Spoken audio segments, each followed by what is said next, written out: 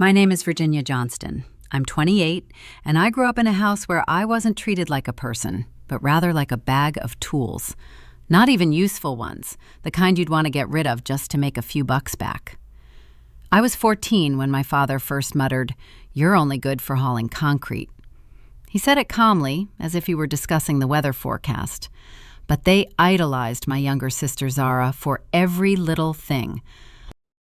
At one sleepover, she simply toasted a bagel, and my parents looked at her as if she'd personally given the world electricity. And if I came home after a 12-hour shift paving driveways, my mother would wrinkle her nose. "Virginia, don't sit down. You smell like gravel." Then she'd turn to Zara with such tenderness. "Baby, your hair looks great today." By 17, I no longer expected their approval, but deep down, I still hoped that one day I would build my own life. If that requires blisters, sweat, and getting up before dawn, so be it. I got a job with an asphalt contractor. He was always cursing, paid in cash, and demanded I show up at the crack of dawn.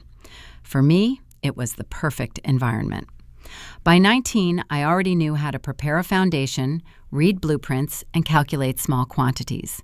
At 22, I was managing my own crews.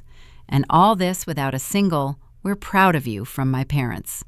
The most I heard from my mother was, "Since you've chosen to dig into this dirty business, at least wear clean t-shirts when Zara has guests." Zara, meanwhile, vacillated between hobbies and professions: photography, fashion, marketing, esotericism, podcasting. Her parents funded her every new endeavor as if they were witnessing the birth of a talent. There was none. But I learned from childhood to keep silent about the obvious. Somewhere around this time, Ethan appeared. He was the first person who saw my work boots as something more than just a joke. "You create what others only discuss," he once said. And for the first time in my life, I felt like someone was truly noticing me. He often repeated, "Your family only comes when they need it, not when you need it." If only I'd realized then how right he was. By 28, I had my own small concrete and asphalt paving company. 2 trucks, a steady stream of orders, a good reputation. And then one morning, everything changed. A developer I was already working with called me with a new project, an entire shopping center, a huge order. He said he appreciated my hard work and called me reliable. When he announced the figure, $300,000, I was overwhelmed by a wave of joy I'd never experienced before. At 10:02, I signed the contract. At 10:39, my father called, and against my better judgment, I answered. He didn't even say hello. "Virginia, you finally did something worthwhile. Now do better. Help us with Zara's down payment." I froze, expecting a joke, but there was none. "She lost her internship. That idiot dumped her again. She needs stability. You have to help." I asked, "And why is this my problem?" He answered seriously, "Because the family is sacrificing." This was the man who had skipped my certification ceremony for Zara's dentist. And something quietly clicked inside me. Not anger, clarity. That same day, I went to their house, the same one whose utilities I've been secretly paying since I was 24. My mother had always called it temporary assistance until Dad gets back on his feet. What feet, if he hadn't been on his feet for a decade? I passed by photos of Zara in Paris, Zara at graduation, Zara with the ukulele, past her trophies and the framed cover of her failed podcast. I went to the fuse box, turned off the power, shut off the water, unplugged the router, and turned off the thermostat. It all happened easily, so easily, as if it had always been there. Then I went into my old room, picked up the toolbox I'd left behind, the very one my dad once called "your future shackles," and put it in the back of the truck. I wasn't upset. I was free. At 6:09 p.m., I texted my mom, "Register the utilities in your name. I'm releasing myself from this responsibility." At 6:33 p.m., Zara texted, "Why isn't the Wi-Fi working? Dad says you're being dramatic again, LOL." At 7:01 p.m., my dad called again.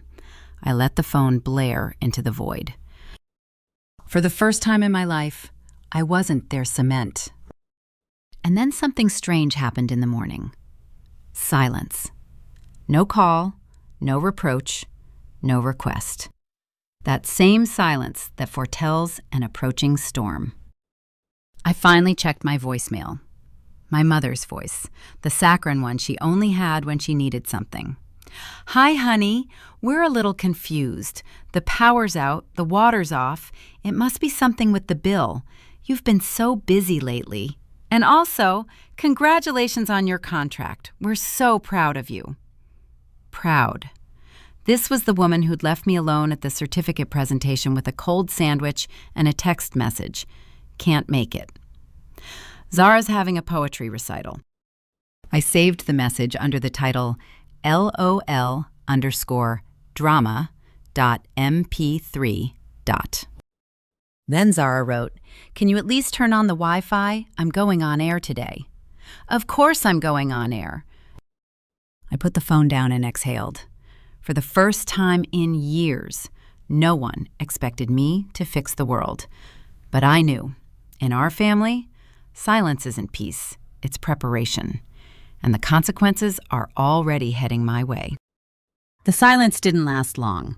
By midday, my phone was vibrating as if someone was controlling it with a personal vendetta. First, a missed call from Mom, then another, then 3 from Dad, and then a dozen messages from Zara, each more sillier than the last. "The heating isn't working. Could you fix it? Dad says you're being childish. And my ring light isn't turning on. What's wrong with the outlets?" I didn't answer. I sat on the edge of the bed in my duplex, sipping burnt gas station coffee, and for the first time, I enjoyed something I'd never known. Silence. Real silence. No demands, no expectations, no obligations. For the first time, no one treated me like a hotline for family emergencies. Around 2 in the afternoon, a letter arrived from my father with the subject line, "Family must come first." I should have closed it, but I opened it. "Your behavior is impulsive," he began, "and it hurts Mom. Zara is in a vulnerable position right now. She needs stability. We think it's only fair that you allocate part of your new contract toward the down payment on her place. Not the whole amount, just a symbolic amount. That's what sisters do." I stared at the screen. He spoke of symbolic money, as if he hadn't been draining me of funds for decades.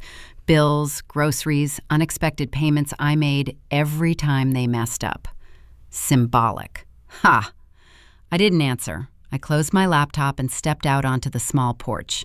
Mismatched chairs, a cracked step, a forgotten potted plant. None of it was pretty, but it was mine. And the air felt lighter than anything I'd breathed in recent years. But peace doesn't last long in my family. At 4 o'clock, Ethan showed up, knocked, and walked in. "Are you okay?" he asked. "I'm fine," I said. I couldn't be better. He looked at me with eyes that saw too much. 2 seconds, and I was about to lose it. "Are you sure? I should have broken up with them 10 years ago." "I know," he said quietly, "but they're not done yet. You understand that." He wasn't wrong. At 6 o'clock, the family chat lit up like a Christmas tree, decorated by an amateur. Aunt Brenda, "Honey, misunderstandings happen. Don't give up on your family." Uncle Ray, "Rise above it, Vicky. Your parents did everything they could." Cousin Megan, "I saw Mom's post. She's devastated. Call her." I didn't even know Mom had posted anything. I went on Facebook and saw a long, heartbroken post. Sometimes the ones you love hurt the most. All we did was give, give, give. Prayers are welcome. Give, give, give. This is the woman who once skipped my certificate collection because Zara's cystic acne was getting worse. I scrolled through the comments. "You're a wonderful mother, Lisa. Children forget sacrifice. I hope she appreciates her good fortune." Good fortune, right? My father chimed in, posting a photo of himself holding 10-year-old Zara at a parade. A home can be rebuilt, but trust is harder. A man who hasn't held an instrument in years talks about restoration. I threw my phone on the couch to hide the emotions I didn't want to reveal. Ethan watched me. "They're rewriting history," he said quietly. "They always do." At 10:40 p.m., a new message came from Zara. "Venmo me for gas. Dad said you should." I almost laughed at the predictability. The next morning, 17 missed calls from my mom, 9 from my dad, a message from my aunt. Pride comes before the fall. Fall? No. For the first time, I stood on my own 2 feet. Around noon, it dawned on me. 20 years ago, I was 20, Zara was 17. My parents took her on a week-long vacation to the Grand Canyon. I didn't go. Not because I didn't want to, but because we can't afford the extra ticket. My dad said, "You're already working. Grown women don't need school trips." I scrolled through their photos from my broken phone, sitting by the cement mixer with a soggy sandwich. They brought me a keychain, not with my name, just Arizona. I held onto it for too long before throwing it away. And now they're surprised I don't want to fund Zara's life. The irony that could close a highway. At 3 o'clock in the afternoon, Ethan and I were cleaning the kitchen when my phone vibrated again. A message from my mom. "If you don't answer by this evening, we'll think you're breaking up with us. Completely." I stared at the screen and typed one word. Right. No explanation, no apology. Zara immediately responded, "Wow, are you completely freaking out? LOL. And then, "But chip in for gas, I'm stuck." I put the phone down and leaned my elbows on the counter.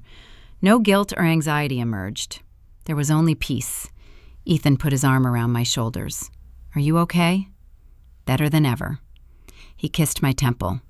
"I'm proud of you, Virginia." Those words meant more than anything my parents ever tried to instill in me, and he meant them. Those who raised me never said them. 2 days passed. No calls, no angry texts, no dramatic Facebook posts. For a moment, I believed it was over. But I should have known. Silence from my family wasn't capitulation. It was a strategy. And I only realized this when someone showed up on the doorstep. Not Mom, not Dad, not Zara. Aunt Helen stood on the porch like a tax inspector, clutching a plastic container of lasagna. "Darling," she breathed dramatically, "we need to talk." And in that moment, I realized the real battle was still ahead. She stood there with that container as if it were a peace symbol or a bribe. In our family, they're practically the same thing. She smiled tightly. "Your mother is beside herself. Your father says you've changed, and it's hard to watch you tear your family apart for your ego." Ah, ego. The favorite word for when you're no longer a convenient toy. I crossed my arms and leaned against the doorframe. I paid their bills, covered the utilities, bought groceries, paid Zara's cab fare, cooked Thanksgiving dinner, and told her she deserved it more. It's not ego, Helen. It's exhaustion. She blinked, clearly unprepared for resistance. "But family helps each other." "Help requires reciprocity," I said, "and this isn't help. It's sucking the life out of me." She sighed, shoved the lasagna at me, and walked away, as if I'd rejected a UN peace treaty. I didn't look after her. I closed the door, stared at the container, and suddenly laughed. Not bitterly, not maliciously, just laughing. Because for the first time, they had no idea who they were dealing with. The old Virginia would have apologized, handed over the money, said, "Okay, just this once." That version of me was gone. That night, I opened a 5-year spreadsheet, each tab named after a family member. Dad, truck repair, bills. Mom, groceries, medicine. Zara, unforeseen. Miscellaneous, usually also Zara. I stared at it for a long time. Then I deleted the entire file. An empty spreadsheet, one tab, one name, Virginia. The silence that filled my chest was completely new. With fingers trembling with excitement, not fear, I calculated the numbers for a dream I'd had since I was 19. My own commercial property. A year ago, I'd given that up for a new transmission for Dad and Zara's emotional recovery, a beach vacation she didn't deserve. Now I had the money, the contract, and most importantly, freedom. I texted real estate agent Carla, "I want a viewing tomorrow." She responded immediately, "Of course, I'll have the paperwork ready." For the first time, spending money on myself didn't feel like stealing. The next morning, the sky was gray and foggy, as if the universe itself was setting the tone. I drove to the property, a dusty corner with a crooked "For Rent" sign. Carla greeted me with a warm smile. "You're early," she said. "I've been waiting for this for years," I replied. She opened the chain-link fence and we walked across the gravel. I could already see the building in my mind's eye. My name on the sign, cruise at dawn, the hum of machinery, the smell of lumber. Carla handed over a thick folder of documents. "Ready?" I nodded and began signing, line after line, each signature like a brick in the foundation of my new world. When I finished, Carla shook my hand. "Congratulations, you're now officially the owner of the business." I stepped out into the drizzling rain. Every drop was symbolic, as if washing away years of being a fixer girl for the family. I didn't write about this to my parents or Zara, but the universe spilled the beans. Later that day, a text arrived from Mr. Daly, my old shop teacher. "Proud of you, kiddo. Was driving by and saw your name on the permit sign." A permit sign? I drove to the property, and sure enough, there it was, a laminated municipal form taped to the fence. "New contracting office. Owner, Virginia Johnston." Simple. Black text on a white background. A monument to me. My family must have seen the sign around the same time, because by 6 o'clock that evening, my phone was blowing up. "Dad, we need to talk. Now." "Mom, why didn't you tell us anything? We thought it was just a phase." "Zara, wait, you bought the property next to the bowling alley? I wanted Dad to buy it for the Handyman brand. OMG, how rude." I didn't reply to a single message. This time, the silence wasn't passivity. It was strategy. 2 days later, I was studying the plans on the site when I saw Dad's car pull up to the gravel. Mom came out with a huge thermos, her signature guilt-trip weapon. And Zara trailed behind in designer sweatpants, her expression irritated, like she'd been dragged out of bed. They walked toward me like I was a problem that needed to be solved. Dad didn't even say hello. "We need to talk," he said. I stood there, arms crossed, my work boots planted on the ground. "About what?" Mom waved her hands. "You bought real estate, Virginia, started a business and didn't even tell us." "Tell us?" I repeated. Zara took a step forward, tossing her hair. "If you'd told us, we could have teamed up. The Turner Sisters building. I'd have handled the branding, you the heavy lifting." I blinked. "Is that your proposal? That's why you came here?" My father's jaw tightened. "We're trying to help. Don't ruin everything for pride." Pride. Their favorite word when I stopped being their pack animal. "You weren't there," I said quietly. "Not for the early rises, not for the double shifts, not for the certifications, not for the failures, not for the successes. You weren't there at all." Mom came closer, holding out the thermos like a sacrifice. "I brought your favorite, the cinnamon one. Let's just talk." I looked at the thermos. The same taste I'd drank at 4 a.m. while they slept. "No," I said. "You want a piece now that it's all built. But this," I gestured at the site, the plans, the equipment, "this is mine. You didn't build any of this." My father snorted. "Do you really think you can handle this without us?" I met his gaze. I already did. Silence fell. Cold, thick, real. Zara tried one last time. "We could have been part of something big, Virginia. You didn't even give us a chance." "You had 28 years of chance," I said. "You only showed up when you needed something." After that, no one said a word. Mom slowly set the thermos down as if I'd just broken something sacred. They turned and left. I didn't watch them go. Instead, I picked up the thermos, walked over to the dumpster, and tossed it inside with one precise motion. Not anger. The door closed. The grand opening was modest. No ribbons, no speeches, just donuts, cheap coffee, and the people who helped me build it all. Ethan, my crew, Carla, even Mr. Daly. Inside, it smelled of newness, fresh paint, sawdust, opportunity. I walked up to the reception desk and set down a framed photo. 17-year-old me in front of a wrecked truck covered in dust, grinning like a fool. Ethan hugged me. "You did it," he whispered.